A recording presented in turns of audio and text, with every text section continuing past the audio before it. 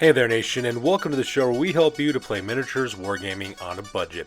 It is I, Commander Chiefskate, and we are back with another episode of Way of the Warband, a series dedicated to helping brand new players to Mordheim build their starting rosters and learn about the game mechanics of their favorite warbands. And on today's episode, we will be discussing using Warhammer Underworlds Thundrik's Profiteers and the Chosen Axes Warband box sets in your games of Mordheim. We will discuss the Warband's rules, their fighters, as well as their starting rosters, provide you tactics that you can use to be successful on the tabletop, and provide you information you can use to develop your warbands as you progress through your campaign as well. And because this video will be a little bit more of a deeper dive, I will put timestamps in the description box down below so that way you can get to the part that interests you the most. So first of all, let's talk about why we're actually doing this video series. The main reason why is because the Warhammer Underworlds as box sets are absolutely beautiful. They have some really interesting looking sculpts, and people love using those miniatures in their games of Warhammer Underworld. It just so happens that you could also use these miniatures for Mordheim, which is a skirmish game that's set in the Warhammer Old World setting. It was set about 500 years before where the current Warhammer Fantasy setting left off at, in the cursed city of Mordheim, a city that gets destroyed by a comet smashing into it and littering the ruins with warpstone.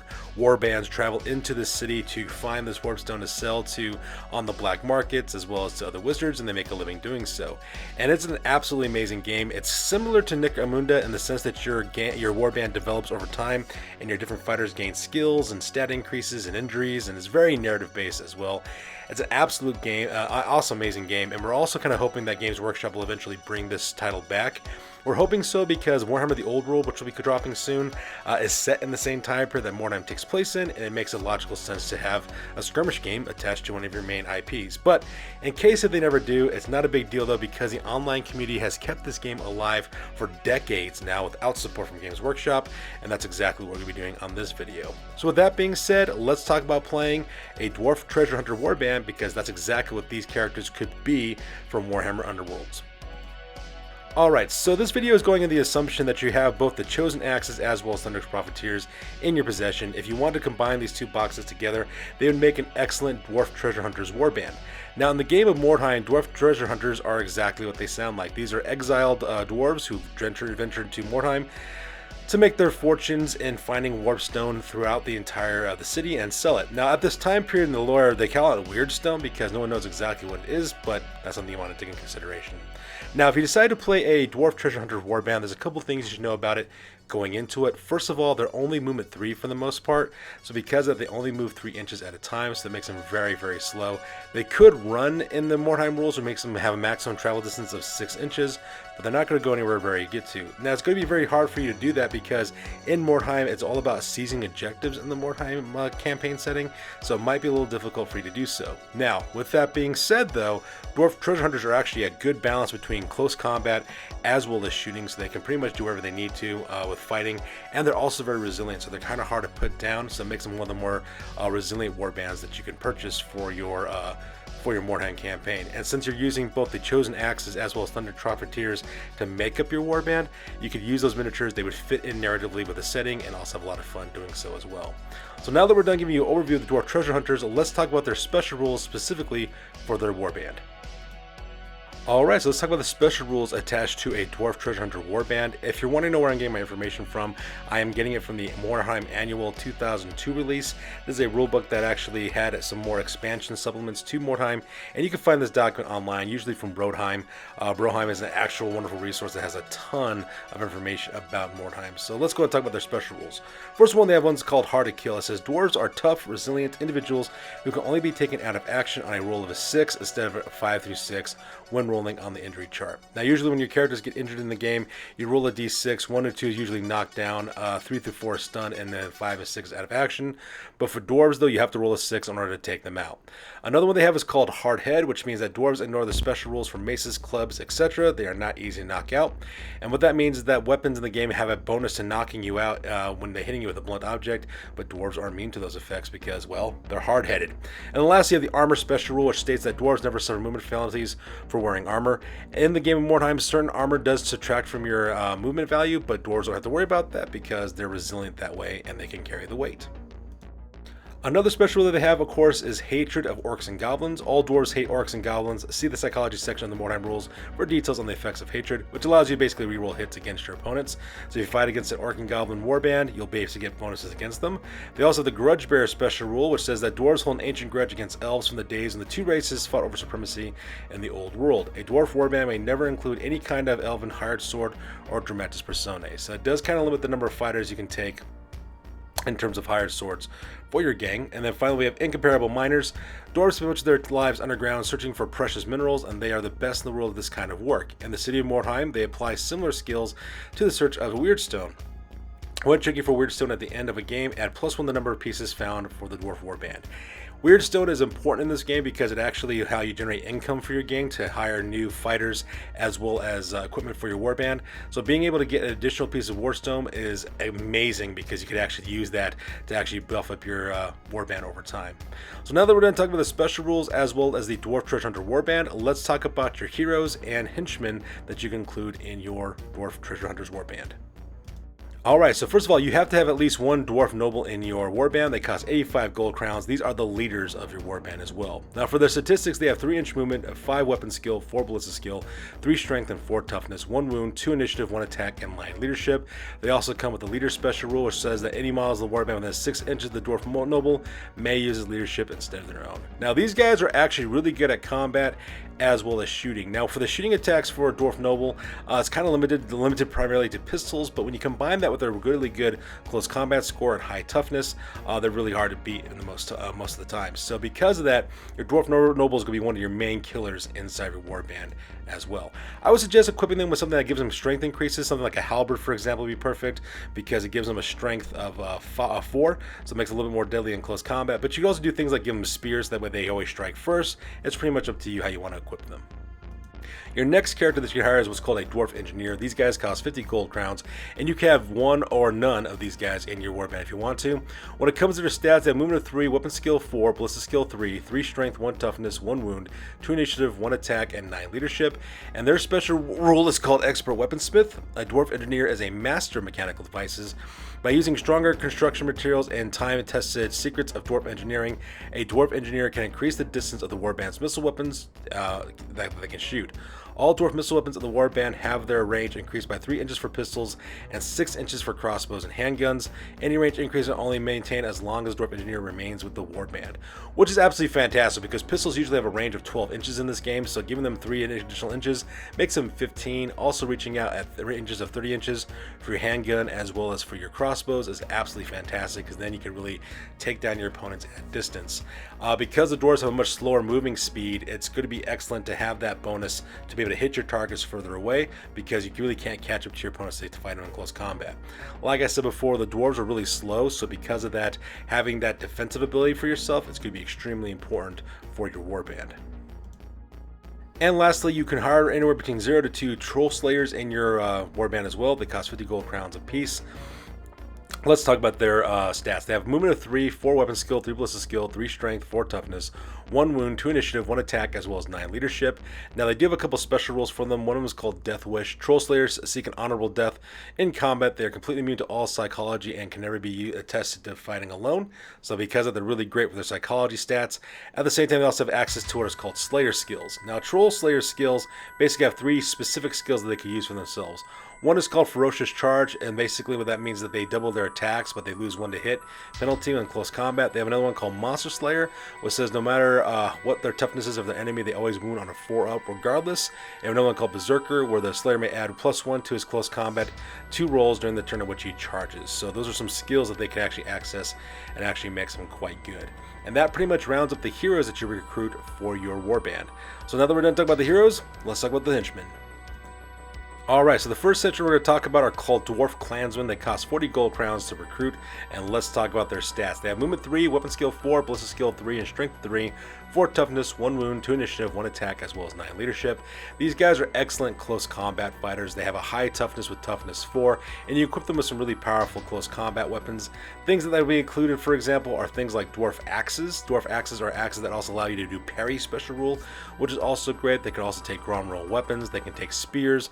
all kinds of things to help them out. At the same time, they also have really good shooting attacks too, because they have access to pistols. So they could use those in close combat as an additional hand weapon, and they could also shoot at their targets at longer ranges with the weapons expert skill from the Dwarf engineer as well. So these guys are really good. The only downside of these guys though is that they cost 40 gold crowns, and they're not as good as Thunderers, and we're going to talk about those guys next. So up next, you have the Dwarf Thunder. You can recruit anywhere between 0 to 5 of these guys in your warband, and they cost 40 gold crowns apiece. They have exactly the same stats as their Dwarf Clansman counterparts. They have movement 3, weapon skill 4, ballistic skill 3, strength of 3, 4 toughness, 1 wound, 2 initiative, 1 attack, as well as 9 leadership. In my opinion, you should always maximize the number of Dwarf Thunderers you're allowed in your warband by recruiting all 5 of them. And the reason why that is the case is because unlike their Dwarf Clansman counterparts, they have access to shooting weapons in the form of crossbows, handguns, and braces of pistols. Now you might be thinking, what's a brace of pistols? A brace of pistols means you have more than one pistol in your possession, which means you can shoot your pistol every turn.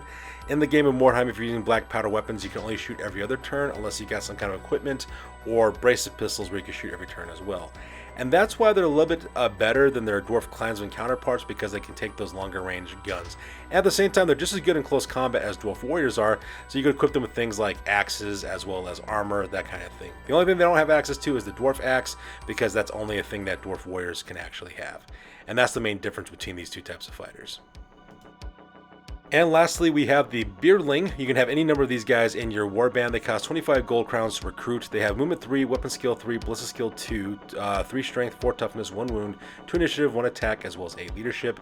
Now, they are a little bit weaker than their Dwarf Clansmen and Thunder counterparts because their weapon skill is less and they have 1 less in ballistic skill, but they're just as tough. So because of that, I say go for these guys as well. In my opinion, the best combination would be to maximize your Thor Thunderers and recruit the maximum number of Beardlings you have to fill up the ranks.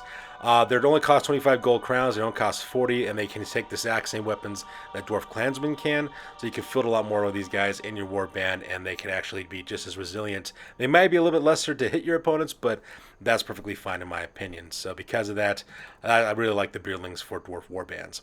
So now that we're done talking about heroes and henchmen, let's talk about your 500 gold crown starting roster using Thundrik's Profiteers as well as the Chosen Axes warbands for Warhammer Underworlds.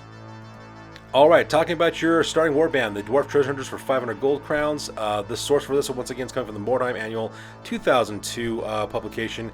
And I'm building this warband on the assumption that you just have Thundrik's Profiteers and the Chosen Axes, and that's all you want to use in order to create your warband. So let's talk what you'll use. First of all, you'll take the Khazgan Drakkskewer character from the Thundrik's Profiteers, and you'll make that your Dwarf Lord. This guy's going to cost you 95 gold crowns. You're going to be equipped with Halberd as well as a leader skill. Bjorgen Thundrik, the miniature from the Thundrik's Profiteers, will be your Dwarf Engineer. He's going to cost you 90 gold crowns. He's going to have a handgun, an axe, as well as the expert weaponsmith skill. Then Fuel Grimnir, as well as Tefk Flamebearer, the two dwarfs fire slayers from the Chosen Axes will be your 2 dwarf slayers. That troll slayer will have a double-handed weapon as well as a Death Wish special rule. Like Tefk Flamebearer will have a dwarf axe as well as a Death Wish special rule as well. Now Deadeye Lund from the Thundrik's Profiteers will be one of your dwarf thunderers. He's going to cost you 75 gold crowns. He's got a handgun as well as a dagger. Enric Ironhell from the Thundrik's Profiteers will be your second Dwarf Thunder. He's going to have 75 gold crowns as well because he has a handgun as well as a dagger. And then finally, Garrett Allenson from Thundrik's Profiteers will be your Building, and he's going to get 35 gold crowns, equipped with a sword as well as a dagger as well. The other 2 members of the Chosen Axes, those characters being what's the name, Vol Orcsbane, as well as Mad Magrim. You will have those guys back in reserve, and you will recruit them later on in your warband as the campaign develops, as time goes on. And that pretty much makes up your 500 gold crown starting roster. So with the starting roster over with, let's talk about exactly the tactics you'll use with this warband on the tabletop. So when it comes to tactics from Mordheim, it's a little bit different than Necromunda, because in Mordheim it's more about seizing objectives or searching places or gathering valuable items. So because of that, the tactics are a little bit different. What you will have basically are 2 fire teams. You'll have an assault fire team as well as a support fire team. Your assault fire team will consist of Khazgan Drakkskewer, Fullier Grimnir, Tefk Flamebearer, as well as Garrett Allenson. And then your support fire team will consist of Bjorgen Thundrik, Deadeye Lund, as well as Enric Ironhell. Now, you will have your support fire team deploy in an advantaged position where they have clear fields of fire for them to open up with their handguns, covering your assault team. And then your assault team will then move forward to secure objectives. They can break off into pairs if need be. I would suggest having one of your dwarf characters team up with a dwarf troll slayer, so that way they can seize objectives and fight in close combat as well as time goes on. And that pretty much makes up the tactics for this warband on the tabletop. Now, as your warband develops as the campaign progresses, what you're going to do is you're going to recruit 2 more dwarf warriors in the form of Vol Orukbane as well as Mad Magrim. Those guys are going to be your last 2 members of the Chosen Axes.